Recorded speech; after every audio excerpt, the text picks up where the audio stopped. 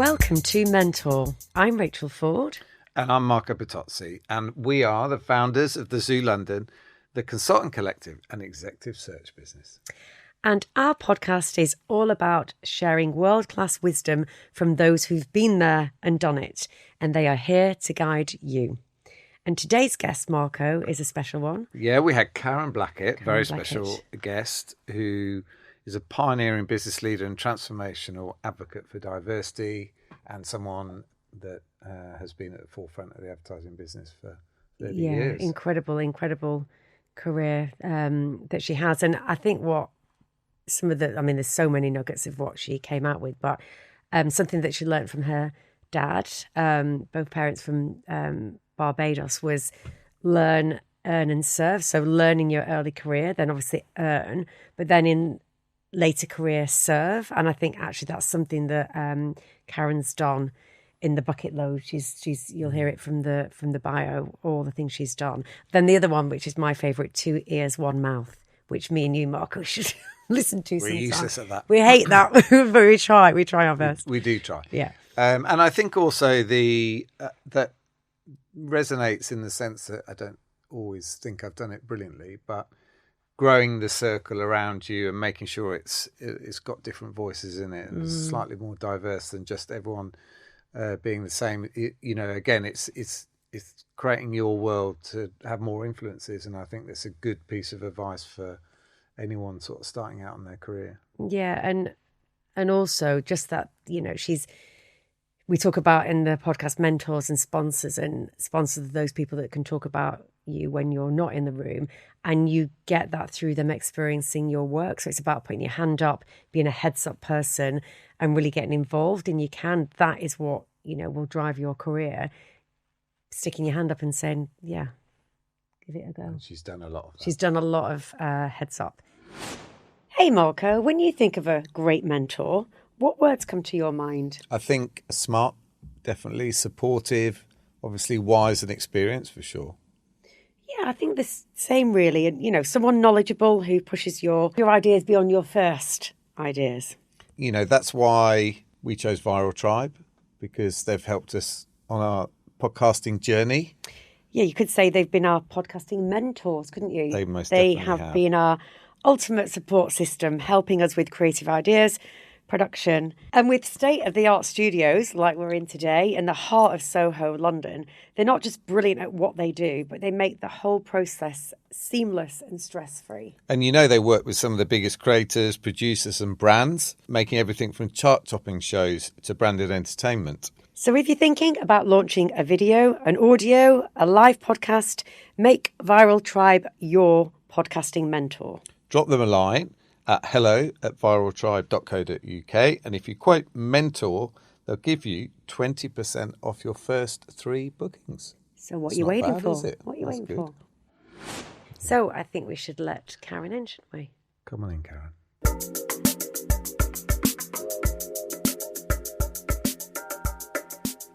Today, we are delighted to welcome Karen Blackett.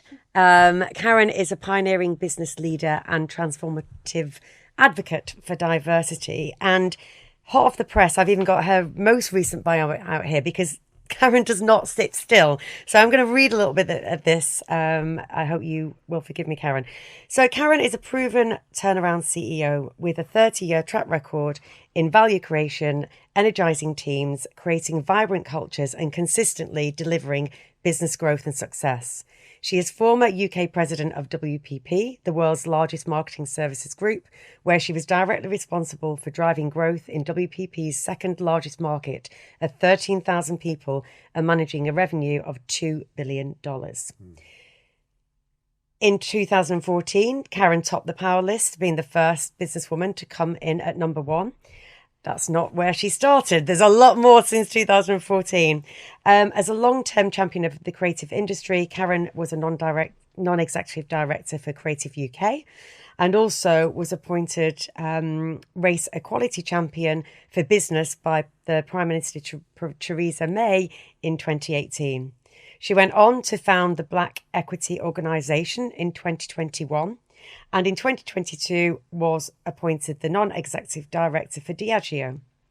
Karen has been awarded honorary doctorates from the University of Portsmouth, South Bank University, Reading University, Ravensbourne University, and is a fellow of the King's College London. And I can't even stop there, because in 2024, Karen was awarded Freedom of the City of London and received a CBE for services to the advertising and creative industries in the 2025 New Honours list.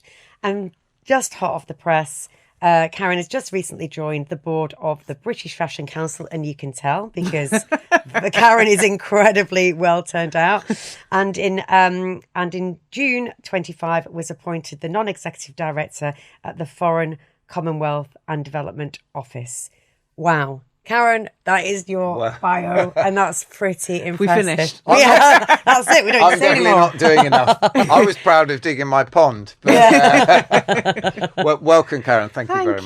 Thank you for being brilliant. here. I'm Yeah. really excited for being Yeah, here. no, it's really thank you. for being And I think we always ask our guests, just for those couple of people out there that don't know who you are, to summarise your career in 60 seconds.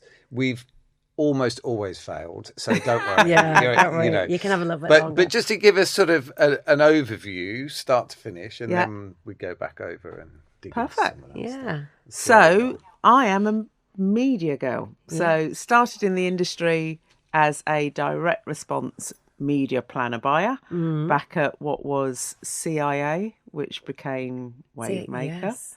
So that was in the early 90s. Moved through the industry, going from direct response to planning and buying, moved to Zenith, where I looked after BT. So I think BT was the only planning account that the buying agency had. That was 95, I think. 95. Yeah, because we were talking about that, because we were both at Because I Zenith. started 96. I think we lasted a bit longer than you at Zenith.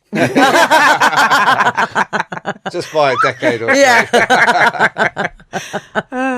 So then left Zenith, went to what was the media business, and then I think that's where I found my home. So the media business became Mediacom, went through various phases of, media manager, planner, director.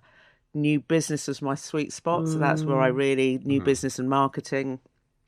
Then became Chief Operations Officer for Europe, Middle East and Africa. Then came back to become CEO of the UK. Then moved from Mediacom into WPP.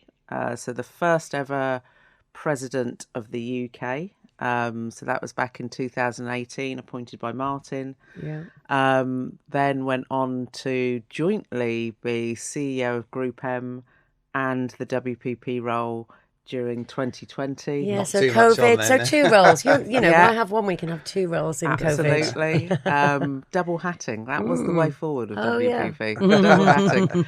And then whilst I was doing all of that, I've always had other roles outside of media and advertising, just because that's where I really learnt and could bring things into my day job, my exec job. So I was told by my dad a long time ago, learn, earn, serve. So always make sure you learn your craft, earn your money and give back. So started working with the government in 2014, 2015 in different roles. Creative UK, because wanted to learn about the whole of the creative industry, not just our bit of it. So non-exec for Creative UK for 10 years. And then other roles then came through that. So I've always done other bits alongside my day And the job. government, was that something you felt was a good route towards being able to give back, or did they come to you? How did that That started with one of 4 external advisors to the civil service, helping diversify the civil service. And that was one where they came to me. Right. So it was myself focused on race. It was Helena Morrissey, who at the time was the president of the 30 Club. She was focused on gender. It was Stephen Frost that focused on LGBTQ+, and Lord Holmes that was disability. So it was the 4 of us working with the civil service, with, God rest his soul, Jeremy Hayward, who sort of headed up the civil service. And then from there, other roles came. So once your name's on a roller deck. So from there, I then became a business ambassador for the Department of Trade, looking after the creative industry. So I'd promote the UK creative industries externally to try and help foreign direct investment or to help our companies export. And then from there, it then was the Cabinet Office that then came in 2017? 2018, because I did that exiting the EU and during the pandemic. God, Brexit as well. Yeah. Oh gosh. Well, I'm exhausted. It must have been fascinating to be, seeing how the wheels of power, as they say, turn. It absolutely was, and I really genuinely believe that more people in the private sector should do more to work with government, because they need to hear and understand what we need as business people, and we're all in the business of growth. And by, I think, tag teaming more and partnering more, you can sort of help. And I love Brand Britain. I love the UK, and it's about trying to help the UK grow.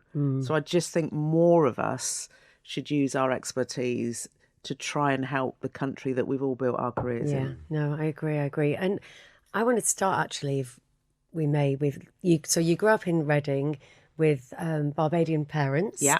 And I love that you said, we have heard that the learn, earn and serve is a great. I was going to say, is there anything else that you learned from your childhood that you've taken through the way that you lead and operate today? I've heard you say, I say it, 2 ears, 1 mouth. Yeah. Is a very good one. And my son is so sick of hearing it. I remember I was very fortunate to know Doreen Lawrence, and we were at a celebration of, well, it's not a celebration, but marking the anniversary of Stephen Lawrence's death. And her son Stuart was sort of talking in the cathedral that we were in the church that we were in. And he was standing there and he was saying, I heard from my mum and dad, they always said to me, 2 ears, 1 mouth. And Isaac was with me. He just turned and looked at me. I went, it's a Caribbean thing. Yeah. But it is. It's literally listen. And I don't think enough leaders listen. We don't. Yeah. We they don't. don't I don't listen no, to really hear. And I talk about the whispers in the noise. You've got to hear the whispers in all the noise to really understand what you can do, how you can set direction and how you can help. So you're absolutely right. That is something that I often repeat. Yeah. But also, my mum and dad both said to me, you're going to be one of few wherever you go. So they were very conscious of the fact, they came here in 1961 at the age of 19, having left an island where they were the majority. And coming to a country which was much bigger, where they were a significant minority. Yeah. And they sort of said, look, you've got to celebrate your difference. Yeah. You be really conscious of the fact that you're probably going to be the only woman in a room, or you're going to be the only black person in a room. You're not going to be able to blend. You're not going to be able to blend in. Yeah. Don't blend. Get comfortable. Add something. Get comfortable being memorable. Yeah. Well, I mean, that's a good place to start, because I'm guessing certainly from mid-90s, the media industry was basically white and quite male. And now we talk a lot about, and we had Rat Patel on the show and we were asking him, by the way. You're his number one mentor. He was telling a story about how you helped guide him on a particular topic. But we talk so much about belonging now, and I wonder, like back then, obviously they weren't talking about it in that way. But how did it feel? How did it feel like being in the industry then as a minority? And do you know? I remember I started at CIA, and I remember there were 3 black people in the entire agency, and at the time CIA must have been the 3rd biggest, so probably about 400, 500 people. I don't know. Oh, God, it felt huge. And that seems tiny, but 400, 500 people. And I remember it was Colin Gillespie was my boss, and it was Michelle on reception, and it was me. Wow. And that was it. Yeah. So, and I remember for some unknown reason in my career, I became the person that was good at automotive. So I did a lot of car brands. Yeah. And I did a lot of luxury watches as well. Nice. All cars and watches. Male. Yes. Yeah. But you'd go to the, What Car Awards. I know I worked can imagine. I worked And at it was MT like- Rover. Yeah. It's like the only women there had sashes on, were on the bonnets of the Oh, car yeah. back in the day. Yeah. And you didn't see anybody of colour. So it was noticeable. It was noticeable. And I'd grown up in Reading, which is mini Barbados. Yeah. And I talk about a lot about, a fruit salad being the norm. You had lots of people from different places, Yeah. and that was the Yeah. norm. And media wasn't like that at the time. It really Yeah. wasn't. Media was better than ad agencies Yeah, and the because you creative had side. more working Yes. class. Yeah. So you had more social mobility in the media agencies than you did in the ad agencies at the time. But it was noticeable. But what I found, and I say this a lot when I moved to media business in particular, I found my tribe because it was, and I talk about it, people that were hungry but humble. So hungry to succeed. So I think media business weren't even in the top 10 of agencies, but hungry to show and prove, make a point. Yeah. Yeah. And I think I found an agency where actually people's weaknesses and strengths were complementary. Yeah. Everybody wasn't good at everything, Yeah. but we complemented each other. But that was a common thread also, that ambition and the hunger Totally. to Yeah. succeed. You're united Totally. in that. Yeah, In that totally. hunger. And I remember when media business merged with Mediacom, which was owned by Grey, and I remember the headline which Claire Beale wrote, which was "Grey by name, grey by nature." Oh. And there's nothing like a bit of negative PR. Oh, yeah. To As a spur bit you of on. fuel, Yeah. isn't Yeah. it? Yeah. It's like, right, we've got a point to prove. So did you feel then was that your first sense of belonging then, do you think? Like Totally. Yeah. I loved when I loved CIA Direct, so because that was a small part of a bigger agency, and that's where I first met Claudine. Yes. So many years ago, I've Yeah. known Claude. Well, Claude got you over to the media Yes, business, she didn't did. she? Yeah, Yeah. because I was hating it at I was going to Zenith. say, don't say it, Yeah. Senna. Go to, yeah.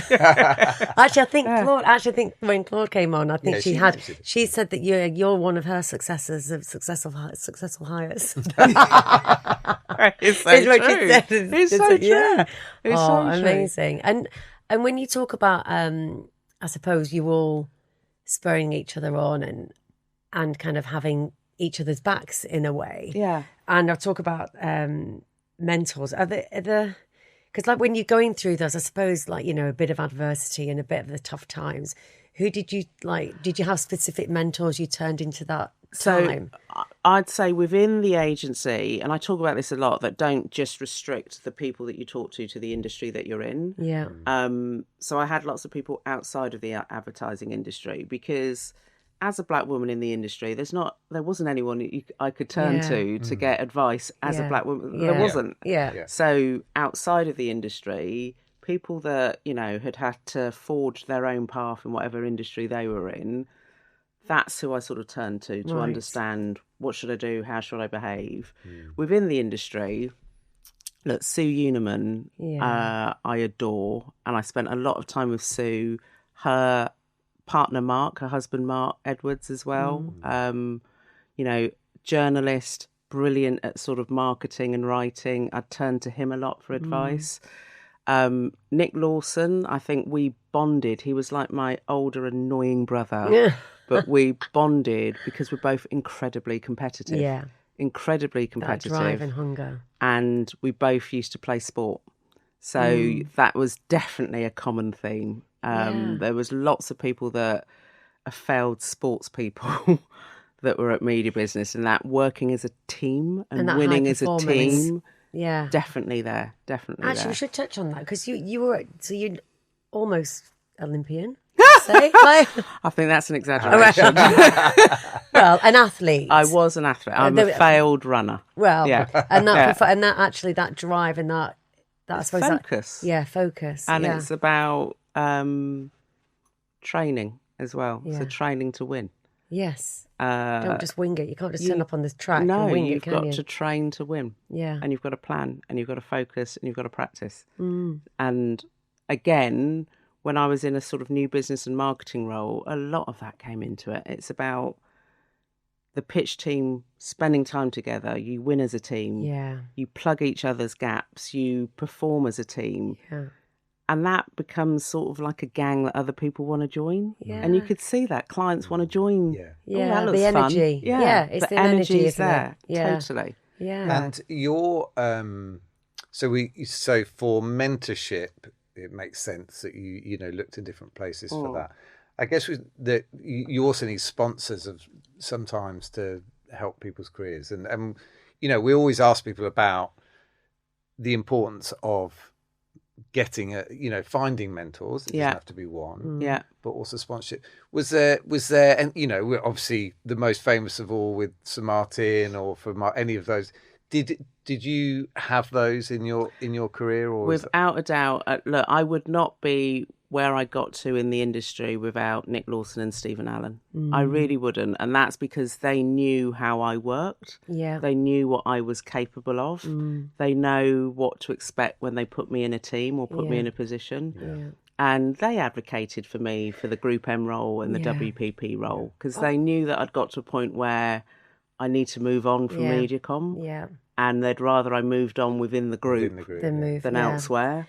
And so they absolutely advocated for me. And I think it's like the difference between a mentor and a sponsor is that somebody's going to speak for you when you're not in the room. Absolutely. And I think it is about actually having, and the only way you can get to that is if you they put know your how hand you up. work. Well, if you put your hand up to, so I always say yes to as many things as you can for as long as you can, because there will become a point in your life where there's different pressures, but just get involved, work on that pitch, work on that project, put your hand up. And that's what I always said to my team, especially the WPP role, where it was the first time that sort of presidency role had existed in the UK. We're a heads up team.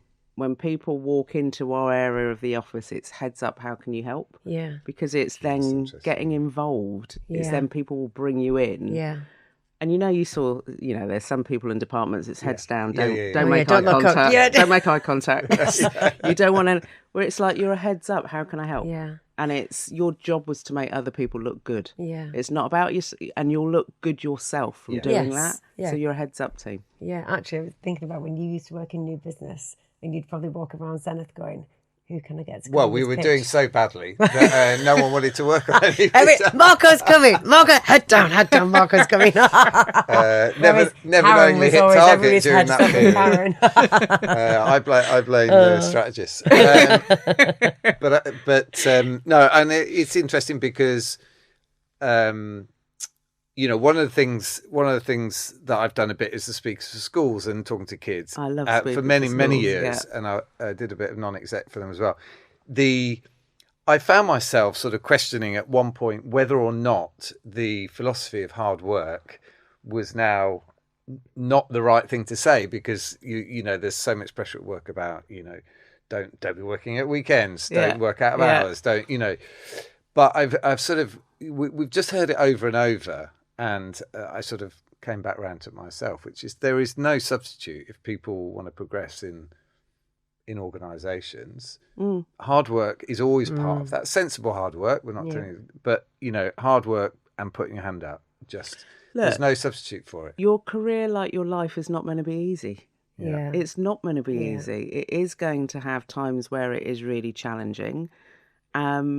But I think that's where you learn about yourself as well. So I say that to the students at Portsmouth in the graduation speeches. Your life is not meant to be easy. Your career is not going to be easy. You're going to have lots of twists and turns. And every time you come to a blockage in the road, look up, look around, take a different route. Yeah. And I genuinely believe that you get out what you put in. Yeah. I really do. And I think all of us have put in some hard graft. Yeah, exactly. And we've, benefited from it. Yeah. Yeah, hard graft is, you can't get away from it, like you say. But I think it's also that if you're not feeling a little bit uncomfortable, then you're not growing. Yeah. There is a bit of, if you're just in a very safe zone, where's the learning, where's the growing? When it actually leads us very, very well into, and I think you were prepared for the question around, is there a moment of one of those biggest fuck up times, or when something really went, oh God, the shit's really hit the fan now? Can you think of any? And I how did don't you want to learn? be. How I did you don't want to learn? be a cliche and go, "Oh, there's so many," but there are so many. It's literally, it's when you lose a client, when you cock up a pitch. Yeah. And you literally, and that again, that was one of the things when you're an athlete and you don't get the personal best time that you wanted, or you don't qualify to go into the nationals or whatever it is. You analyse what it is that you could have done better. So I've had a lot of time. Whenever we didn't win a pitch or we lost a client, you do a analysis of it. yeah. You do a reflection of it. What could have been better? Yeah. And I just remember the one that I felt most uncomfortable with, and it wasn't a fuck up, so I'm slightly re-articulating the question, was when, and I do talk about this a lot actually, when we were pitching for a well-known brand. I'm not even going to say any more than that, actually. Yeah, that'll do. A well-known brand, and we didn't win it, and we'd got down to the final two. So, it's the bridesmaid, not the bride syndrome. Yeah. And I remember the agency that won it, and I was the account director at the time. So I was the account director that was sort of leading the pitch. And I remember the account director in the winning agency I knew of. I didn't know well, but I had someone that knew them really well. And they took the clients out to dinner, asked what I would have done. You use it as a bit of competitive analysis to find out what everyone else did, because that's the only way you can find out. What did everyone else pitch? And I remember the two clients said to this person, who was a bloke, who said, the media business were really good. Actually, they were quite good, but there's no way we would have had a black woman as our a woman, let alone a black woman as our account director. No. Oh my God. And I remember at the time thinking I'd lost the agency, the pitch, because of my gender and because of my race. Oh, I hope no, we don't want that client. We do not want to work with that client. Exactly. But that's how I went through the guilt of I've lost X amount of income for the agency. And also for the team, because as you say, it's the team, and you all play your part. And you thought, if you were like if it wasn't me, if someone else had led it, then maybe we would have won it. And then you get angry. Well, yeah. I was going to say, because then you get angry, and it's like, and then you get really bitter.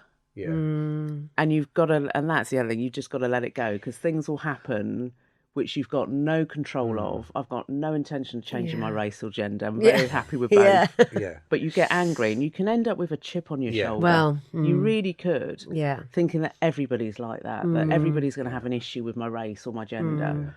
But you've got to let it go. But also, what's brilliant for people listening in that story, and younger people who might find themselves in that, is now, obviously, if you heard something like that, you would just, you go straight to anger and probably do something about it. You'd call it out. You'd call it out.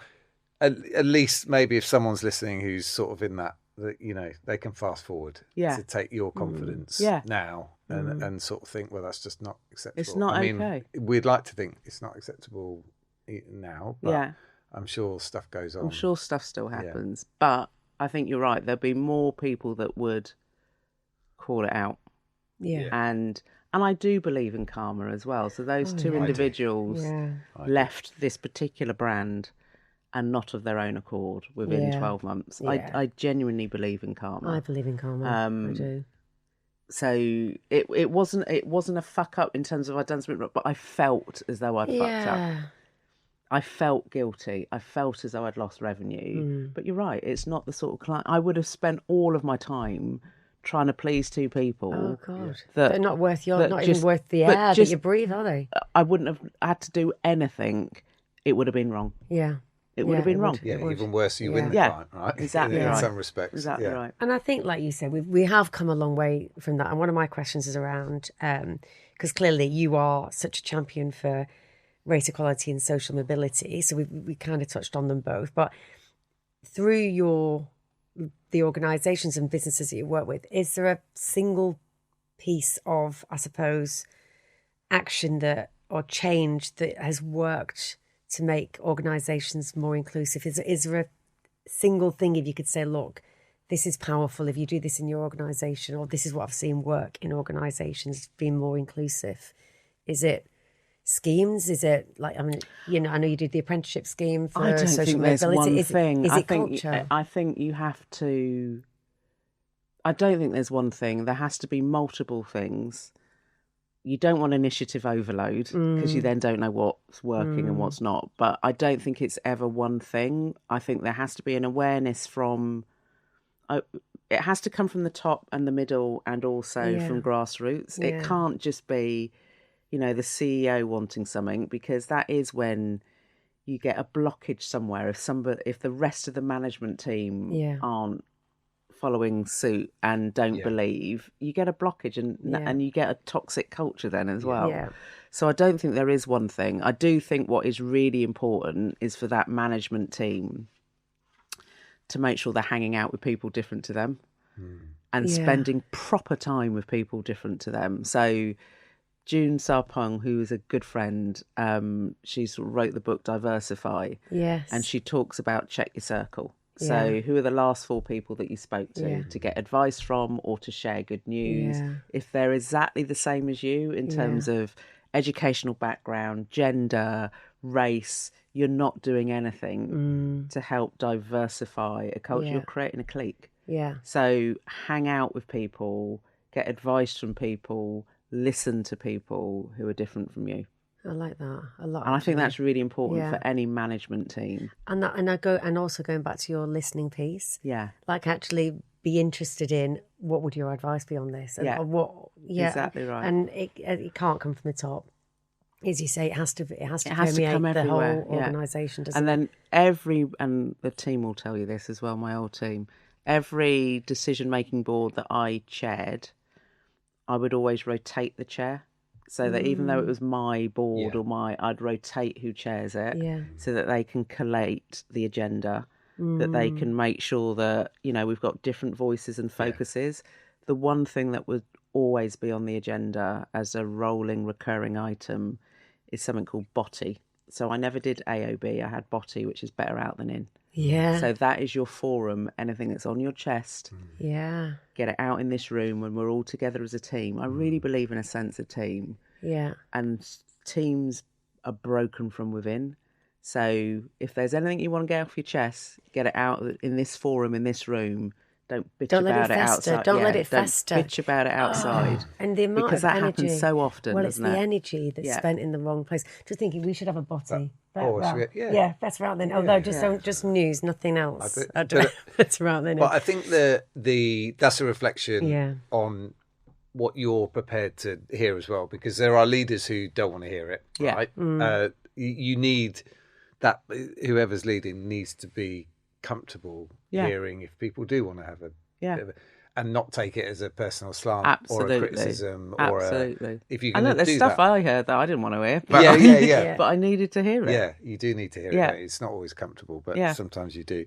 And saves time, saves a lot of time, doesn't it? It's like... Well, it just, you're right, because it just, I just think from a culture point of view, when there's a divide in your top team, it permeates everything. It really does. That's great. I did a thing at Spotify where they asked all my direct reports to do quite an in-depth analysis of how they felt the team was going, the group, our group, not the wider team. And I had to sit down and read all this stuff, and I'm like, whoa. Yeah, but it's but you've got to hear it. Yeah. It's constructive. If it's constructive versus it's constructive. Bitch fest. There's a reason, but let's talk about that now. So I'm sure you've got positives and negatives, Mark, and that's fine. We all hope. Yeah. And now the sort of the discussion around inclusion has come under attack, obviously in recent.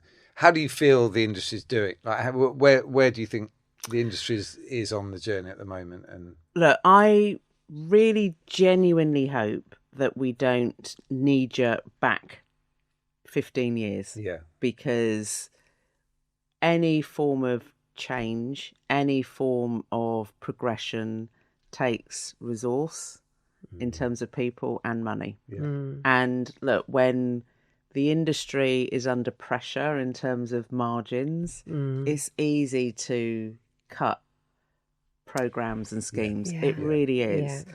But hopefully you're not doing it just for, altruistic reasons. The end game to all of this is about performance. Well, it's business growth. It's isn't it? about Yeah. performance, Yeah. and it's about growth.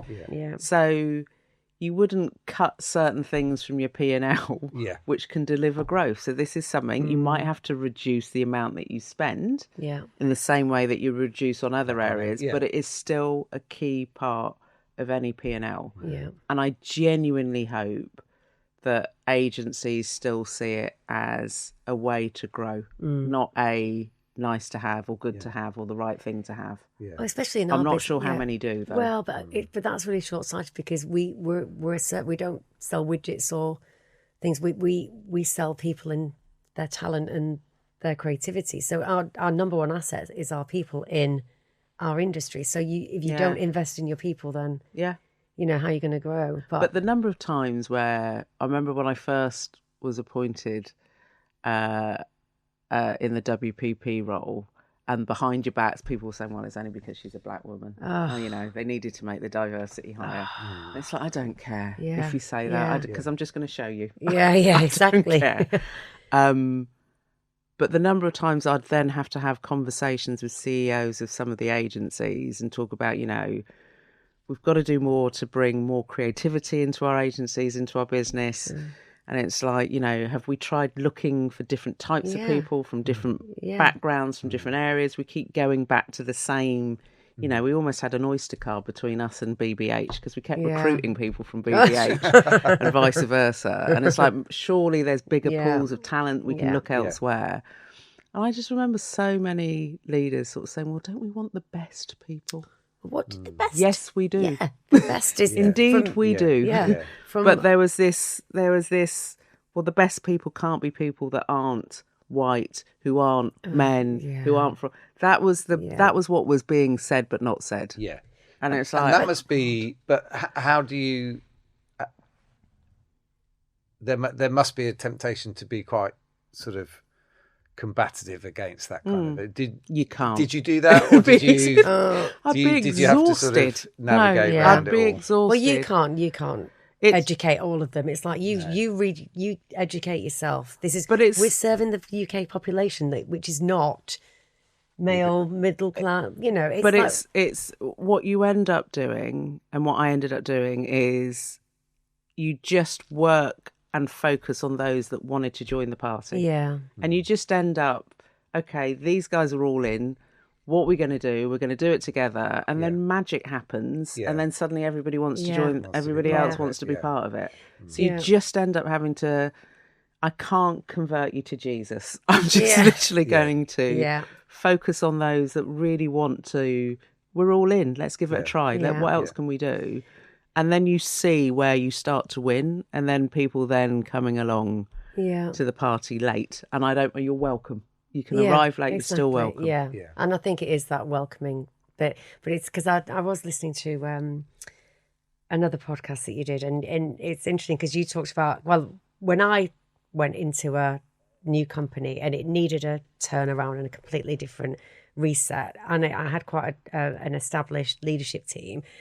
So my reference was Jack Kerouac on the road from the Merry Pranksters, because he was like, are you on the boss or you're off the boss? And it was a bit like, look, we are going to change as an agent. Are you on the bus or off us? But I loved your bit because you added to that. Do you want to tell you're on the bus, off the bus? Are you at the bus stop? Yes, I like that. You see, I should have done that. I was like, I was like a bit more ruthless. Are you on the bus or off the bus? That's all I want to know. Sometimes you might just need to get off and be at the bus stop for a little bit. So I did like that bit. Or are you on the top deck? Yeah, you're on the top deck. Or are you in the right seat on the top deck? It's just so that without it becoming too confrontational, people had a way of, or language to sort of go, I'm not quite with this, I'm not sure, I'm feeling a little bit uncomfortable. Yeah, I like that. I'd take that. I would take that on. I love that. And I'm just, because I know we don't talk about it so much in some of the questions we're asking, but to go back to that point where you are a leader of 13,000 people in that role, like, what was that like? What was that like? What was the reality of what kept you up at night when you sort of that kind of... You never know what 13,000 people are doing at any one time. Yeah. But look, I had a really good UK board, which was made up of 13, 14 UK CEOs that sort of were about 65-70% of the revenue for the UK. And so I spent a lot of time with that UK board, and I was accessible to those CEOs. And that's the way that you end up being able to lead 13,000 people, because you find your crew of people that trust you and you trust them. And look, there were a couple of people that weren't always on the bus. Yeah. There are a couple of people that probably shouldn't have been on the bus.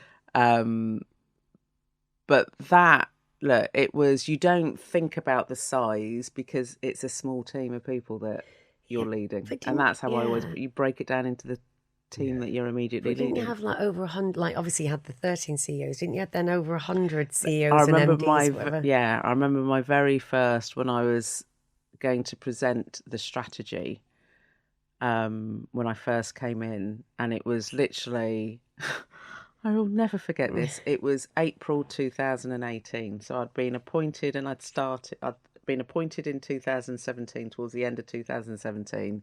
I started Jan 2018, and I had a date set for a UK breakfast to present the strategy in terms of how we were going to lead, how we were going to work, how we were going to grow in the UK.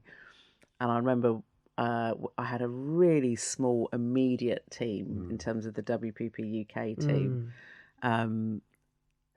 Georgia Lindsay, who's still there, Lisa Humphreys, who's still there, who I adore. So it was a really small team.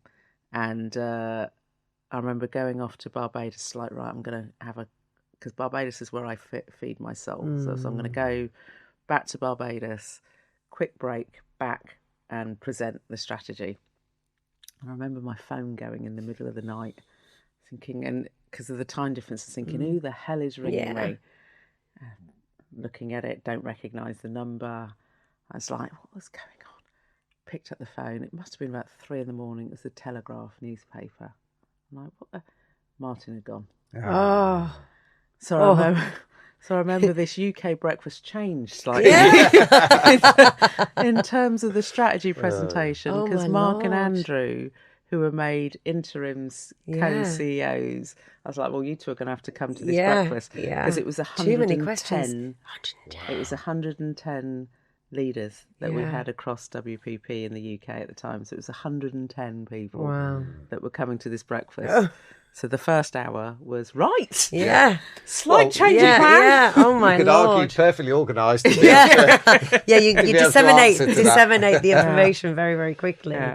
And when you because obviously was it 3 decades at WPP? When you 29 years. Yeah, when you it was I suppose from media business when it then was. Yeah. But when you stepped away, how did you manage that transition? Because obviously, such a big part of your life. Did you just feel relief that now you can get on with the other stuff in your life, or a sense of loss, or a bit of both? How did that feel? That transition? I absolutely grieved. Right. I really did grieve, and I remember knowing when the LinkedIn and the press release was going to come out that I was leaving. I remember timing my own LinkedIn posts. I did a timed post so that it would come out and I'd turn my phone off. Right, because I'd bombarded with I'd known messages. for ages that I was going, because I think I'd resigned October 20... What year are we in? 25. No, I resigned October 23. We didn't get to an agreement until Feb 24. Right. And then I knew the post was going to come out at the announcement was going to come out end of Feb 24. Right. So I'd had to keep sat quiet. With it. I bet people said, you get that quiet. I had to keep it quiet. Yeah. And I didn't need, and I'd got to terms with it, and I didn't need to take on everybody else's grief. Well, yeah. So I turned my phone off. It was just, so I grieved, because it had been a big part of my life. Yeah. It really had. And, friends for life I'd met during my time at, different WPP agencies. So I really had to grieve.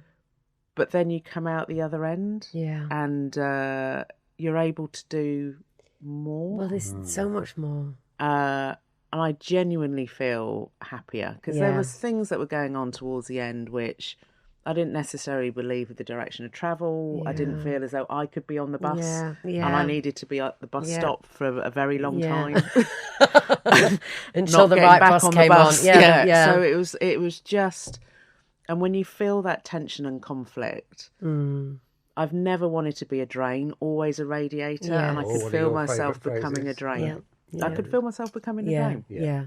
And that's So not it good was for your time own to mental go. health, is it? Yeah. I mean, there's a business performance, but there's also a health and mental wellness, Totally. and actually, and also I think more as you get older, you've always seemed to have had a strong purpose, but actually, how do you put that purpose into even more Yeah. action? Whereas it's very hard to do that when you're running massive organisations. But yeah, I can definitely. But it does take. I mean, it's we're talking to people all the time as part of the Zoo London who have coming out of long careers and moving into more sort of consulting fractional type roles. But there is that. I think people underestimate. It does take a while to come out of. It's a grieving period. You're defined. Sometimes you're defined by your job a little bit, and you don't realise it. The lucky thing, I'd always done stuff you've outside always, of my job. So there'd always been other things going on, rather than that being the sole thing. But it was still a grieving period. It really was.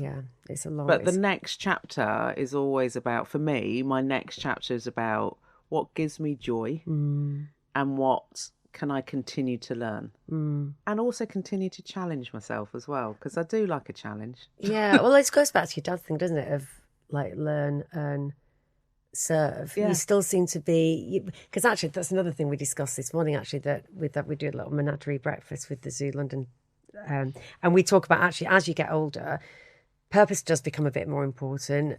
Who you work with almost becomes a bit more important, and then but that thirst for learning and curiosity, I think even more, because for such a long time, actually, when you are in your big corporate job, yes, you're learning, but God, I learned more in the past 2 years with Marco than I had in 2 years in an agency. It's a different. When you're out there doing different things, I think we have that thirst for curiosity and learning even more as you get older. But when you look back now on that bit of your career, because we know it's not over and won't be for a while, did you ever have a sort of, for handling, because I think a lot of people listen, they go, shit, that just sounds like stress, that sounds like, what was your way of coping with that? Did you have any sort of work hacks or anything that you employed to keep yourself on top of things? So look, I'm a single mum to a soon-to-be 16-year-old boy.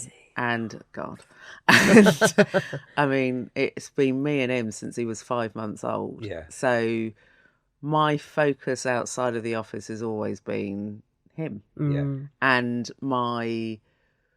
how do I sort of manage stress? It is being all in with stuff with him. So, I mean, and Isaac will tell you, it's, I'm one of the few mums on the side of the rugby pitch shouting louder than most of the dads. Oh, my son tells me off for that. And mine also. Yeah. But it's that for me has always been a big way of managing whatever's going on, giving it context. Puts it in perspective, doesn't it? Absolutely, giving it context, because you're only as happy as your unhappiest child. So it gives you context. Yeah. So that's always helped. And then look, a period where I really wasn't happy at WPP towards the end, the realisation I wasn't doing sport anymore. And that's a big part of, now I'm all in, I'm back doing all my sport again. So whether that's gym work, whether that's running, it's literally being able to be active and not just sat at a desk. It's such an important release, isn't it? And that for me is really important. Yes. And at my peak, when I was CEO of MediaCom, I would still get in my gym sessions. I'd still get in something that made me really physically active because it's important for me. So that's an important release for me, being physically active. I think it's interesting because I think some people think, you have to, do loads of running or it's just do something, isn't it? I think it is so important. I remember we had Steve King on a few months ago now, and I always remember wherever we were in the world, if we went to CS, or he would always fit in some exercise. I've packed my skipping rope. Yeah. So even if I can't get to a gym, I've got my skipping rope and my resistance band, and I'm doing something. Yeah, and also I think again, it's not just about the physical fitness; it's mental. It's mental fitness. Yeah, it is, and I think you just feel better for it, don't you? We are going to be coming out. We are going to be probably about 5 more minutes, but I was going to ask you about what advice you give to young people, but I think you've said that already when you speak to the students. So I actually want to ask, would you give if you were to go back to say yourself at 25, is there a piece of wisdom that you would give her that you know now? Never trust a man with more than 2 mobile phones. Oh, right, that's a good one. Oh. More than 2, not just 2. Oh, not just the 2. That's a good one. That's a good piece of advice. What would I get? My 25-year-old self. Well, I think it's what we said earlier, and I think I have done that. It's that network outside of your day job, because you never know who you're going to meet, and then through those people where magic can happen. Because networking always sounds a bit grubby, but it's not. It's literally you've got to nurture your network, so you give as much as you take. And I think that's, if I think about my network, there's politicians, there's musicians, there's DJs, there's actors, there's business people, it needs to be broad, because magic happens, and that's where I get my stimulus from. So and you throw a good party, don't you? You do throw a good party. So that's when you bring your network in. But that, I definitely say it to my 20-year-old self, but also I would really I'd really focus as well on, don't just focus on the UK. That there is so much, the world is so big, and that's what there's one thing that I wish I'd done earlier, it is working globally earlier. Just because you learn so much from other markets, whereas sometimes we can be a bit arrogant in the UK, thinking that it's... For a very small island, we can. We can be incredibly arrogant, thinking we do everything brilliantly here, whereas actually there are markets which, I remember thinking, Jesus, they're really good at econometrics in Hungary. Yes. Oh my God, that's great in Eastern Europe. And stuff that you can... So that's the thing, it's literally go global when you can. Don't just think about the UK. That's why they get annoyed with all, the Brits and the Americans popping into their countries and telling them how it is. It's just... there's just so much good work goes on across there. It's really just about how you piece it all together. Cross-pollinate, Yeah, exactly. I think that's really important. Cross-pollinate, pull in things that you learn from outside your market or outside your industry. Pull in things that you learn. Lovely. Well, Karen, thank you very much. That's been incredible. Do you know what, though, actually? I'm going to say time's Have you got one more? Well, only one more, because obviously your son Isaac is your world. When you describe your work to him, or what does he think, or what do you think he thinks of Mummy? That wasn't my question, but that's what I've just asked now. So. Literally, Isaac could go on and give speeches. Oh. If I was unable to make a speaker gig, I think Isaac could go on and do it for me. He's heard. I remember during lockdown as well. He must have been 9 or 10 during lockdown. At 10, I think. And so we were literally a table like this. He'd be one end with his headphones on doing schoolwork. I'll be the other end trying to do Group M and WPP. And he could always knew who I was talking. I won't mention any names of the people. He said, "Is that so and so?" I can tell. So he knows. They exactly always act what I like do. they're not listening, but they're always listening, aren't they? He knew all the people that I had tension with. Let's put it that way. That is good. And do you think he'll follow in your footsteps? No. I mean, I've got 2 daughters, and I just said, whatever you do, don't go into media. But anyway, one does chemistry. I and think doing he wants maths. to do. I think he wants to be a sports lawyer. Wow. Yeah. That's good. Well, whatever with a mum like you, he's going to be incredibly successful. Well, he's his own person. Got a good mentor. Yeah, he has got a great mentor. Yeah. And on that, I think we can now finish, Marco, because I did want to just mention. Well, there was no Isaac. fancy ending, just to say thank you. Yeah. No, thank you. It's been a blast. Yeah, thank you so much. Thank you very much, Karen.